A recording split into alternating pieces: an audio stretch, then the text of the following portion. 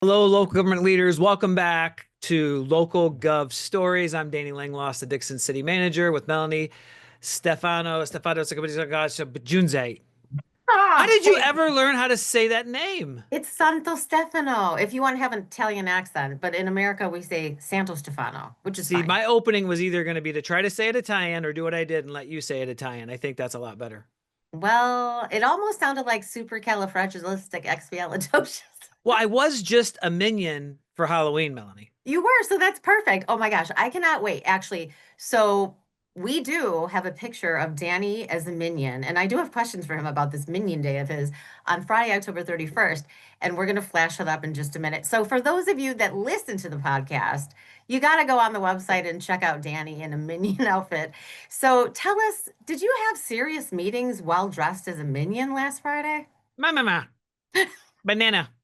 Did everybody understand what you were saying? They had no idea. But what I was told afterwards is that I contributed as much value as I always do. So that was Oh, good.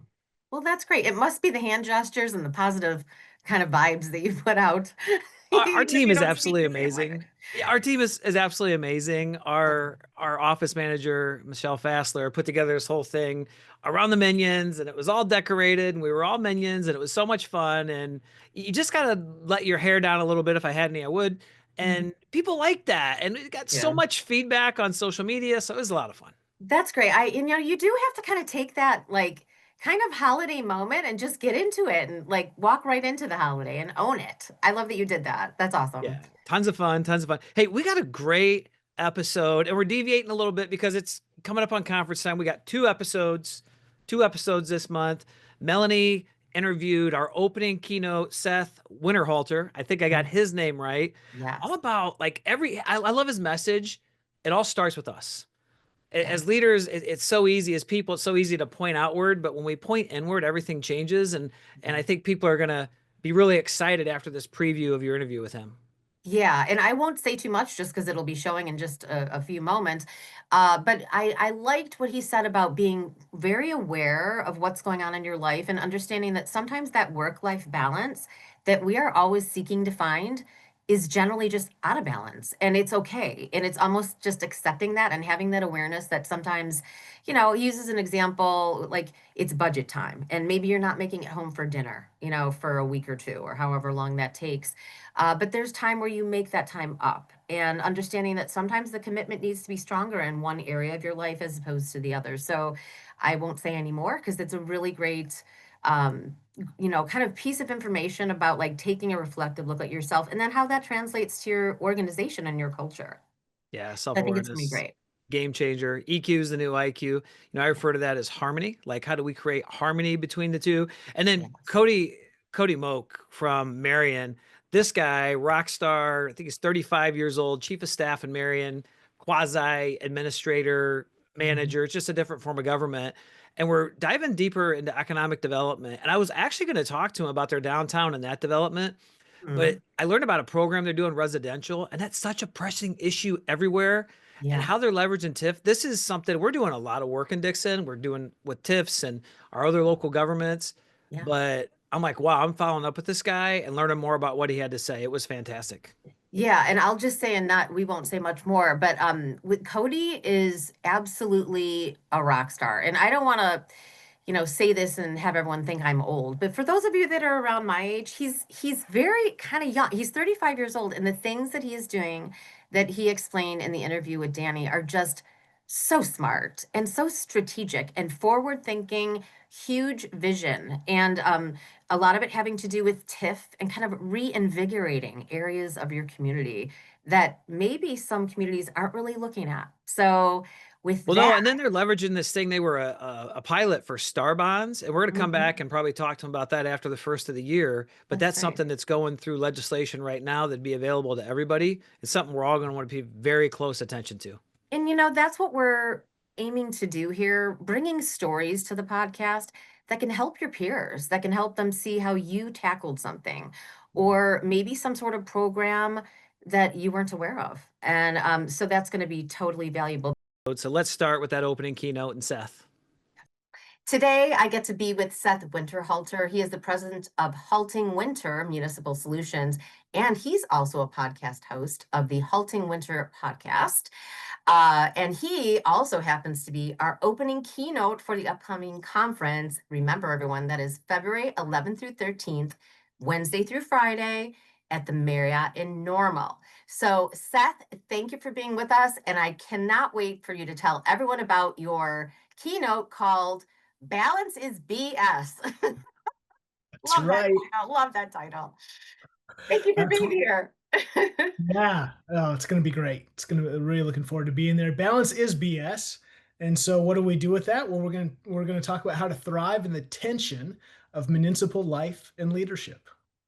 Yes, and you and I, we always have, conversations ahead of time just to kind of get to know one another. So you have an interesting take about how leaders in local government have to really address the realities of their role and maybe assumptions made about what they have to do to be successful in their profession. So why don't you talk a little bit about that?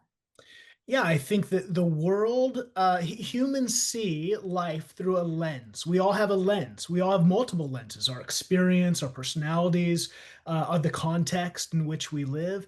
And so those lenses then, how we fill in the gaps, which is most of our thinking is the gaps. We don't know. So what do? We assume.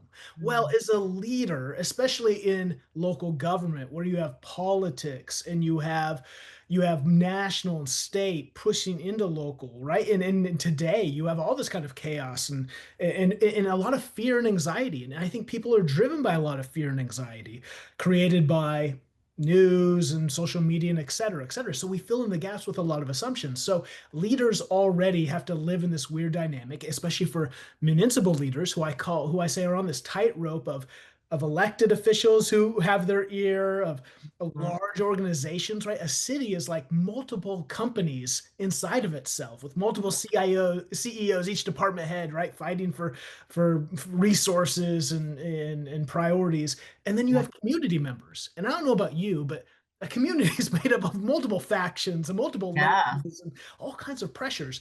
And so a leader then has, and that's just your work. Your work environment has all these pressures and assumptions that you can make and live out of. And so when it comes to this topic of work-life balance, work already has such a chaotic field. How do Mhm. you then have a life in light of that? And so you're making assumptions based on what people want of you, what you think. And again, as a leader, especially this is why, I was a pastor for a number of years, and a pastor kind of lives in a fishbowl reality. You're always a pastor, whether you're at the grocery store, whether you're at the gym, or even in your home.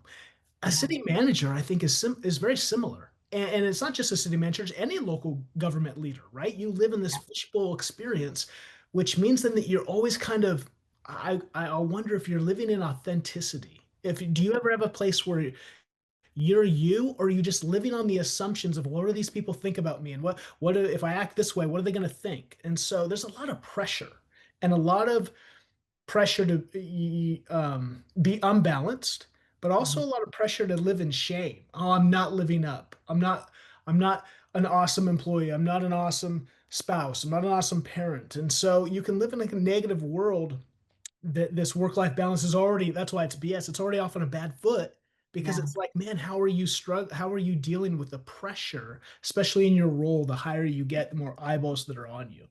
Right. And to that point, you and I discussed talking about being aware of yourself and also and to achieve that quote unquote balance, which it's a difficult thing. We talked about the juggling of balls, at least three in the air. And actually, based on the description of the people that you need to serve in the community, there's more than three, right? There's six, seven, eight, different competing desires and wants and opinions and thoughts. So maybe talk a little bit about that self-awareness that leaders really need to kind of seek within themselves. That's really what the keynote helps is we start by stripping away the lie. There's more than two aspects of life. Mm. And then we dive deeper into the shame. Am I a bad person because I love my work? Because I want to work, right? I want to, oh, you're a workaholic. You're unbalanced. And it's like, well, wait a minute. That's your story. That's not my story. So you have to Right. be self-aware to own your own story. And then, like you said, you got to face the reality that you are a juggler. You have all these balls up in the air at work. You have lots of, I mean, I don't know one leader in local government who isn't juggling multiple roles, multiple priorities, multiple projects. Yeah. And then you have your life. You have these other, you have a person, your mental, physical, emotional. You have relationships. You're a spouse, you're a parent, you're a friend, you have family, extended family, neighbors, etc. You have all these balls. And so the key then is not to figure, a juggler is very reactive. Mm. They're reacting to what ball is coming close to the hand to throw it up. And then so I can, we want Yeah. to move from reaction to intention. How do we become intentional with the areas and aspects of our life? And so that's what we dive into. Just talk about. I talk about those balls become these kind of I'm trying to think of a good. I was trying to think of today like pegs. Like, have you ever played cribbage? You know, Hmm. the Yeah. pegs to the board. What if we took, instead of a cribbage board that's usually long and it has, you go, in this weird half circle. What Yeah. if you had like a big circle, like a pie, and you put those pegs all over it in these different quadrants, and you said, okay, what pegs? The more maybe center they are, or you'd have to figure out the illustration, but where are those pegs in this dynamic, and how do my life is a rubber band, and I Mm. want to push and pull, but the rubber band can only go around so many pegs at once and can Right. only have so much stretch. And the Yeah. reality is, and this is where balance, this idea of balance sounds like you're trying to find harmony, and a rubber band in this harmony would be stretched perfectly to each point. Well, that's Hmm. not in budget season in local No. government. Okay, Throw in a crisis. You can't. You can't. crisis, Yeah, or that comes first. even in your natural life. I need to sleep Yeah. 6 to 8 hours a night. I don't need to eat 6 to 8 hours a day. I Hmm. don't need to, like, it's not balanced. Like, even the term is just wrong. So it's more about intention. What do I need? What do I need? Do I know myself? Uh, how am I functioning physically, mentally, emotionally? What are the big projects on my plate? At work? What are the projects on my plate at home? Like, do I have birthdays or vacations? Or, it's not just about my life. If you have other people in your life, which everyone does, what do they need? Are they a priority? And when are they a priority? They can't be you can't have everything be a priority all at once. So you have to No. choose, you have to push, you have to pull. So that's what we talk about. We get really start to specific, like you said, let's be aware, let's Hmm. name, and then let's start to really claim our life as an individual, because you're unique, and your context and your situation is unique. So you have to live with radical intention for you. Yeah, and you know what I like about that is it does give people a level of grace in kind of giving them a break. It's like it doesn't make you bad. Actually, we talked earlier about, maybe some city managers want to read whatever city managers do at 7:30 at night. I like watching press conferences on crisis. That's one of the things I love. Not everyone else does that, but I love it for just the knowledge I gain as managers or assistants, deputies would do in their maybe quote unquote off time. So giving them the grace to kind of be themselves and achieve what they want to when they need to. So I think that's really important just to make sure that you're helping them to set a stage for their leadership. Yeah. You know, And just like what you said, this isn't a thing you do once and then you're like, oh, I finally found it. Now I'm going to live my life. It changes. I just met with some people over the last 30 days, month, who are now they're empty nesters. Now they don't have kids at home. Guess what? Now your whole life changes to where sometimes the rules and the system you had, because you're like, well, when my kids are home, I want to Mhm. spend time with them and I want to be present. I don't want to take calls from my elected. Guess what? That pressure's not there now. So what does it look like? So you're constantly having to kind of update and look at this and have, that's why I say that the end closes with the key to all this is communication.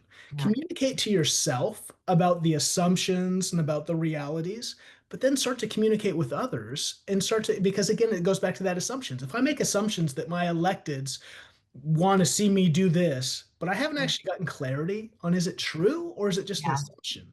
And then I'm getting bitter at them because I'm like, gosh, they demand all this stuff. And it's like, did they? Or am I just assuming that? Yeah, it's interesting. Just the whole world of communication and making sure that everything is as clear as possible with people coming from different places. It reminds me of like creating a level of organization within something that you know is not necessarily ever going to be quite organized. Yeah, well, that's the other thing too. No one's Yeah. life is perfect. There's no perfect situations, and that's why you constantly have to adjust. Because again, no one knows this better than local government. There's always chaos. There's always a pipe breaking or some social media weirdness, right? And Yeah. so you do have to have. That's why I like a rubber band. Band has flexibility. It can move and mold in light of the reality, right? Local government leaders know this. The tighter you try to control something, the more probably frustrated you're going to be by it. That doesn't mean you don't have, you know, that means you have to learn how to guide things without gripping them too tightly. And so same Yeah. thing with your life. Makes total sense. I think yes, and it sounds that everything applies to everything because it's all very interconnected. We talked about that where, things are going great at work, it feels greater at home and personally, and then all of a sudden something happens and it just kind of creates a ripple effect type Yeah. thing. So having this in your head or putting this in other people's heads during your keynote just to kind of have them go, okay, like take a breath. It's actually going to be okay. This is normal. And that I love the push pull analogy of rubber bands. I feel like it just creates an excellent picture for what you're trying to get across. Well, we shouldn't tell them any more about it because they need to come see you at conference. I, for one, have really enjoyed getting to know you. Love your energy, and I think you're providing great insights for all of the amazing leaders across the great state of Illinois. So we will look forward to seeing you February 11th at the Marriott in Normal. And just to give everyone a heads up, registration is going to be opening mid-November. So keep your eyes peeled for the email. And like I always say, book the hotel first because it goes fast. All right, Seth, thank you so much for joining us today. Hello, local government leaders. We're back for another local Gov Stories. Today's guest is going to blow you away. If you're struggling with residential, if you've got depleted like housing stock, but also an old housing stock, I heard something as innovative as I've ever heard as I got to know Cody Moake. And Cody, I say that right? Yeah. All right. So Cody is the chief of staff of Marion, Illinois. And so today we're going to talk about, in our 15-minute window here, what they're doing on a residential side, which is just absolutely brilliant, what they did with their downtown. And then we'll tease a little bit for a part two of this, maybe after the first of the year, because their retail and commercial is just booming. And there's some things happening that might open one of the tools they used for communities across the state. Cody, thank you so much for joining us. Yeah, thanks for having me. So, Cody, chief of staff. What's a chief of staff in local government? Yeah, so it's not much different than a city administrator or city manager. We have a full-time mayor, and so that's kind of the difference. He's technically the chief administrative officer. But we're a community of 17,000 that doubles during the day. I think he would tell you this, and I will certainly tell you this when he's out of town. It is not a one-person job, as many of you know as well. So we have economic development staff, we have communications folks, and the clerk's office. But as far as dealing with a lot of the calls and doing the daily stuff, that falls on one of the two of us or both of us. So. A lot of things happening, and you're heavily involved in economic development. As I understand it, the mayor's a visionary in that area as well. Yeah, absolutely. I'm technically the city's TIF administrator, and then we've got this unique opportunity that I think a lot of folks will see statewide here pretty soon. I'm also the city's star bond administrator. So a lot of exciting stuff going on. And unfortunately, in small local governments like ours, there's that last line on our job description that says other duties as assigned, and we lean into that quite regularly. So. Yes, yes, we do. I'm living that with you. For uh, those who don't know, where's Marion? So we are basically dead center of the state, but in the bottom third. We're about 45 minutes from Kentucky. On the south side, we're about an hour from Indiana and about an hour from Missouri. So like I said, we're pretty well center cut, 3 hours south of Champaign on I-57. Excellent, excellent. I learned from my brother-in-law, Brett Kirby, that you guys are doing a ton. You're very aggressive in the residential space, but as we've talked, I've learned that sure there's new things that have happened, but this just isn't about new. Can you walk us through what you're doing in that transformation?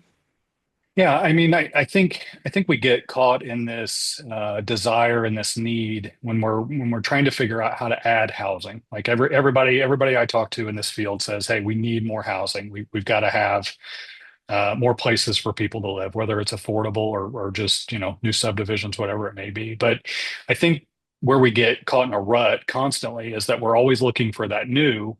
But I think we recognize that the low hanging fruit is recycling the stock that we have, and so within the last couple of years, the city's passed a vacant property registry. We've created an incentive program that went along with that vacant property registry. And then we put in a couple of TIF districts that were really focused on the residential side to help encourage homeowners, basically through refunding their own, real estate tax to them, to keep their properties up to date, to keep them current. So new roofs, new siding, new windows, through a grant program that we have, and it's been immensely successful. In 3 years, we've had about $4 million in investment in these neighborhoods, one roof and one new set of windows at a time. So when you're thinking about your older housing stock, don't discount the fact that young families might want an older home to buy. It's a lot of work. I understand that in some respects, but if we can keep roofs on those older homes and they don't fall into an area where the roof's leaking, causing all kinds of other issues, you're going to have homes that are desirable in neighborhoods that were originally set up to be neighborhoods with sidewalks and all the things. And so, for us, it was all about recycling the housing stock that we have before we go out and try and find the next 20-acre, residential development. That is one of the struggles we're facing right here in Dixon, right? Dixon's a town of 16,000. We've got an area, the southwest side, that is older housing stock, and I know I'm going to be following up and learning more about that. There was a project as you created, you guys had, let's talk about your TIF really quick. Yeah. You've got a pretty expansive TIF that you've named the residential TIF down in your area. Can you talk about that? Yeah, we actually have two. So we created the first one and we didn't learn anything along the way because we realized by naming it residential that any commercial land within that TIF that was zoned commercial, just people automatically assumed we were trying to make it residential property. And that wasn't the case. I've said this before, I'll say it again. All TIFs are created equal. The incentives, obviously, your community can set the incentive structures as you want, but the TIF function exists no matter what you call it, no matter where you put it. And so what we did is we had a residential developer that did find that 10-acre piece of property that they wanted to put a 142 unit duplex facility on. That's great. We knew that it was going to create quite a bit of property tax. So we saw that as a leverage point. Obviously, we were going to give the developer a limited share of what their cost could be to develop that project. None of the vertical construction obviously could count, but the underground stuff could certainly count. And so we were going to leverage the increment from that project and create this grant program to help the other older residential neighborhoods that were not right next to this piece. If you look at our map, I always joke that some of our folks here internally could probably work for the congressional redistricting process. Because they look a little bit funny, but that's okay. We accomplished what we needed to accomplish, and we got that 142 unit complex to help fund this grant program. I said a minute ago that we're essentially refunding property owners real estate taxes back to them, and that's true. But in order to accelerate that process and not see the benefits of this 10 years from now, but to realize those now, we went ahead and leveraged some of that increment to fund the early days of this grant program, and it's went really well for us. And then the second residential TIF that we created, we had a 150,000 square foot FedEx facility come to town, new build on farm ground.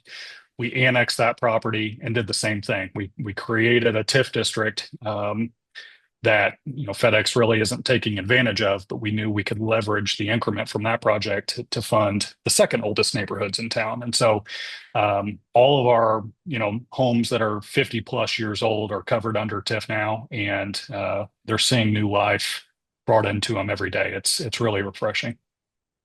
So for those of you who aren't aware of this and haven't seen him in person at the conferences across the state, he was just at IML. Cody is a TIF expert. He's leveraging it. He's doing it. He understands it.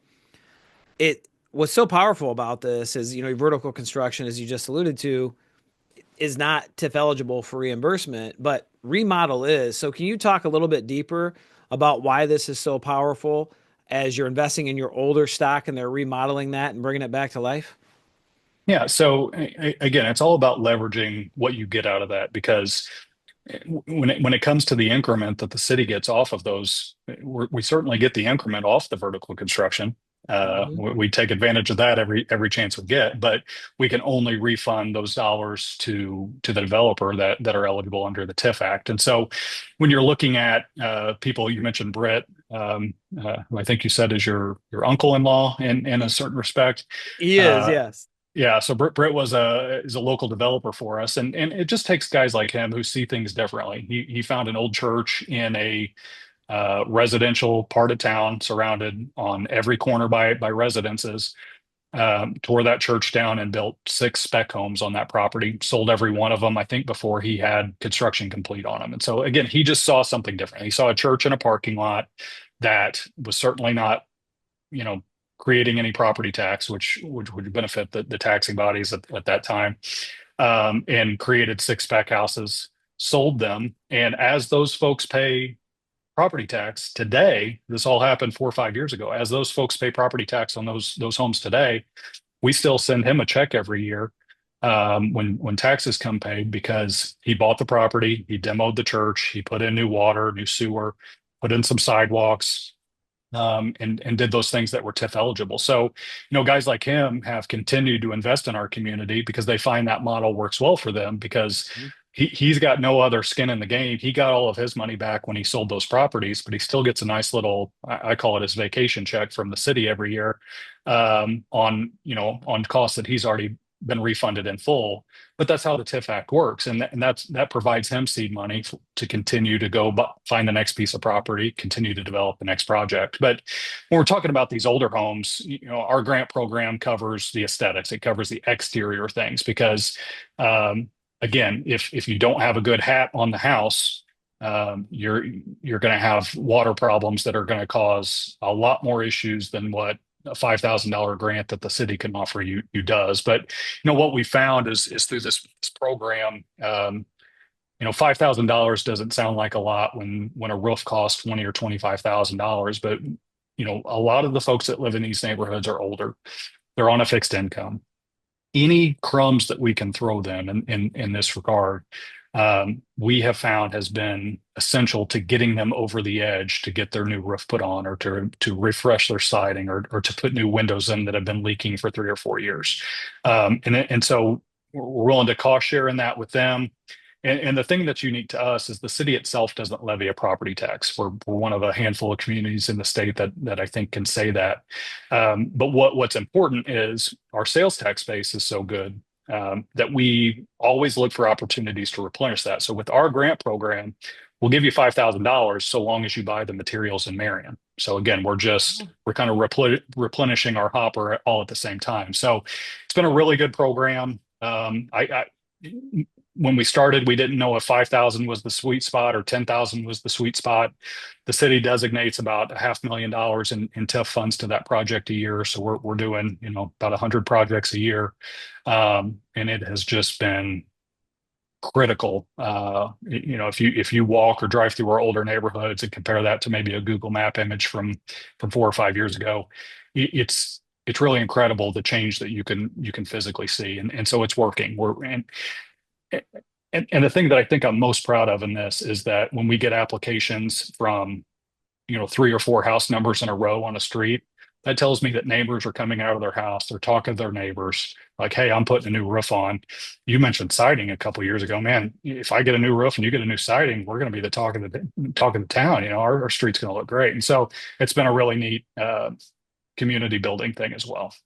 Well, it is contagious. Yeah. It's broken windows theory. In my role as police chief years ago, when the neighborhood deteriorates, everything begins to deteriorate. And when you bring it back to life, other people step up and bring it back to life. 100%. And what you're talking about is really powerful. So So with your program, you're not doing redevelopment agreements with homeowners. You've capped, it's a 5,000 reimbursement, it's a grant. You guys come forward with that money when they do the project. And then on the backside, not backside, it's not really saying it the right way, but from other development you have within your TIF, that's funding that grant that you're able to bring to life. Yeah, so we get our property taxes delivered to us from the county in the fall, and I said we don't leverage a property tax. That's true, but we get all the increment from all the other reassessments or higher tax levies or whatever from the other taxing bodies. So we use those funds as we start budgeting for our next fiscal year to know what kind of money we're going to put into that program, and we will do redevelopment agreements, but they're typically with people that will come in and gut a house and flip it. That's Sure. a different scenario because 100% of those rehabilitation costs are eligible for TIF. That's what's powerful. Yeah, absolutely. And so that $5,000 probably isn't going to do much for that developer that's coming in and rehabbing an entire property and flipping it, which we've seen a lot of as well. And that's been a really important part of this process because why would I want to invest in new siding if the vacant house next to me is, the walls are falling in, the roof's got a hole in it. So it's been, you can't just focus on one thing. You got to kind of create a comprehensive approach and leave something there for everyone. Yeah, just quick clarification, just not clarification, but so people understand, they've strategically created these TIFs because their TIF money has to be used in the TIF. And so they're making sure to cover that base. We have 1 minute left in the Sorry. segment. No, this is great. This is action packed. I will say something we talked about earlier. You guys are very proactive in your relationship building, the relationships with the other taxing bodies. People know what's going on. They're bought in. Nobody's surprised. And because of that, you haven't had some of the pushback that other communities see. Yeah, I hear a lot as I've talked with IML or other places around the state that well, how did you get your school district on board? Well, it's pretty simple. Before we put in the TIF, we kind of had this idea in mind and we just went and laid it out. We're like, listen, the assessments in these neighborhoods are stagnant. You're not going to get another dollar next year anyway, unless you just continue to push your levy to the point where people aren't going to want to live here. So what we're going to do is we're going to put in this TIF. Yeah, it's got 23 years left in it, and we understand that, but you're not getting a new dollar anyway, unless you're squeezing every ounce of tax levy out that you can. But trust us on this. We're from the government. We're here to help, right? They're from the government too, so it's an easier conversation. But we really feel like the strategy can see this creating generational improvements in these neighborhoods, which will cause them to continue to be reinvested in. Because the whole point of it is, people my age. I'm 35 years old. And I'm born and raised in this community, and I've never left. A lot of people did, but if we want them to come back and they want to live in these cool old neighborhoods that we remember from when we were kids, we've got to make them attractive, and that's what this does. That's what it does. Cody Moake, Chief of Staff, Marion, we'll do another episode on your downtown. What you've done there is absolutely amazing. We'll tie that into the retail commercial. That'll come for our viewers, for our local government leaders, probably in the next year, right after the next year. But I think this is a really cool segment. Thank you so much for your time and great work, man. Great work. Well, like I said, Cody is definitely one of those movers and shakers that is doing amazing things. And the story regarding the older areas of town that really needed to have some attention and how the community is helping to fund improvements. Because, and like you had said in the interview too, when one home starts to upgrade, it kind of makes your neighbors go, oh, that looks nice. I should get my house like that. And as you said, Danny, in the interview, which was so smart, it starts a ripple effect. And it just really is, revitalizing. So I love what they're doing with their older parts of town and just in general. So smart. Well, and just a strategy of using a new project and making this area of town part of the TIF to be able to leverage the new project to restore their old things. It's not just Yeah. about new. How do we take care of those things? Yeah, and I really enjoyed Seth too. I love the analogy he used with the rubber band. Mhm. I think that really hit home. But we got a whole bunch of stuff coming up We that do. we need to Oh share, gosh. right? Big announcements. November 13th, the Legacy Project Brown Bag Lunch. That's at the Village of Lincolnwood. Friday, November 14th, IAMA's regional Friendsgiving. It's in 4 different locations, which I love because that's more convenient for people to have 4 different places to go, same event. You can get all that information on the website. And then the Metro Managers Holiday Luncheon, it isn't till December 10th, but I'm mentioning it because our friends at IAMA are doing a toy drive for Ronald McDonald House, which is such an amazing That's awesome. organization. Most people know taking care of kids who are, yes, struggling with severe illness. So it's a wonderful, wonderful cause. And then, of course, we are leading up to conference, everybody. That is February 11th through 13th in Marriott. At the Marriott in Bloomington. When's the registration open for that? Yeah, it's opening mid-month. So Okay. basically in just a little bit. So you got to keep your eyes peeled for that email from Dawn. And don't forget your ILCMA gear. Danny, you were supposed to wear your ILCMA gear. You were I have my bragging about it. ICMA Code of Ethics pin on today. Okay, I guess it's okay. That gear is awesome. It's affordable. It is. I got a nice vest, a nice polo. I got to go on and get some more stuff though. It's really Yes. You could just go to the website and look under ILCMA merch. It's under About ILCMA. And last, so in addition to the resources and the confidentiality and just a good ear to listen to you, provided by our senior advisors at ILCMA, there is also one mention for, there's a job board on the ILCMA website for those members who are potentially maybe in transition right now, looking for new opportunities. It's right on the homepage, just on the left-hand side. So if you are out there and looking for opportunities, be sure to check the ILCMA website. So yeah. check it out. So hey, another episode coming out this month. Yes. I'm going to talk to Joe Carey. He is the Winter Conference Chair, the Vice President of ILCMA, the Human Resource Director at Schaumburg. He's going to talk about the 5 reasons he's super excited and you cannot miss the Winter Conference. Reigniting the rapid fire Lightning 5 segment. Be sure to join us and check the website for all the details on the events coming up. And we will see you soon.